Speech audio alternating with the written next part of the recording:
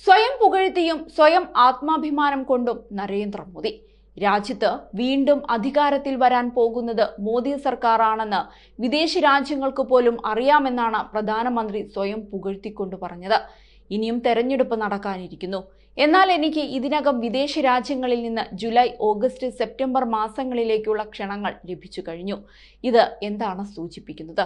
അതിനർത്ഥം ലോകമെമ്പാടുമുള്ള വിവിധ രാജ്യങ്ങൾക്ക് BJP സർക്കാരിന്റെ തിരിച്ചുവരവിൽ തികഞ്ഞ ആത്മവിശ്വാസമുണ്ട് എന്നതാണ്. അധികാരം ആസ്വദിക്കാനല്ല, രാജ്യത്തിനു വേണ്ടി പ്രവർത്തിക്കാനാണ് താൻ മൂന്നാം തവണയും ശ്രമിക്കുന്നത്. എന്റെ വീടിനെ കുറിച്ച് ചിന്തിച്ചിരുന്നുവെങ്കിൽ കോടിക്കണക്കിന് ആളുകൾക്ക് വീട് നിർമ്മിച്ചു നൽകാൻ സാധിക്കില്ലായിരുന്നുവെന്നും മോദി തെരഞ്ഞെടുപ്പ് ലക്ഷ്യമാക്കിക്കൊണ്ട് പറഞ്ഞു. അതേസമയം അടുത്ത 100 ദിനങ്ങൾ വളരെ നിർണായകമാണെന്നാണ് BJP നേതാക്കളോടും പ്രവർത്തകരോടുമായി മോദി പറയുന്നത്. അടുത്ത 100 ദിവസങ്ങളിൽ നിങ്ങൾ ഓരോ പുതിയ വോട്ടർമാരുമായും ബന്ധപ്പെടണം.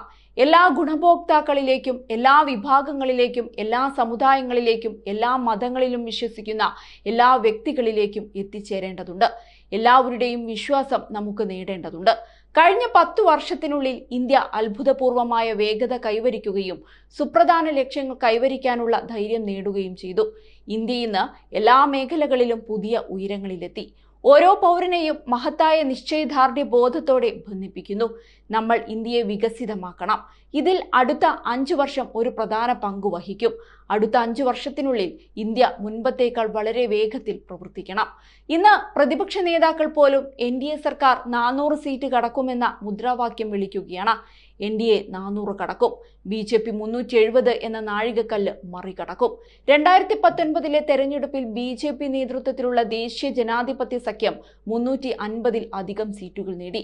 എന്നാൽ ഇത്തവണ 400 സീറ്റുകൾക്കപ്പുറം നേടുകയാണ് തങ്ങളുടെ ലക്ഷ്യമെന്നും പ്രധാനമന്ത്രി എടുത്തു പറഞ്ഞിരിക്കുകയാണ്.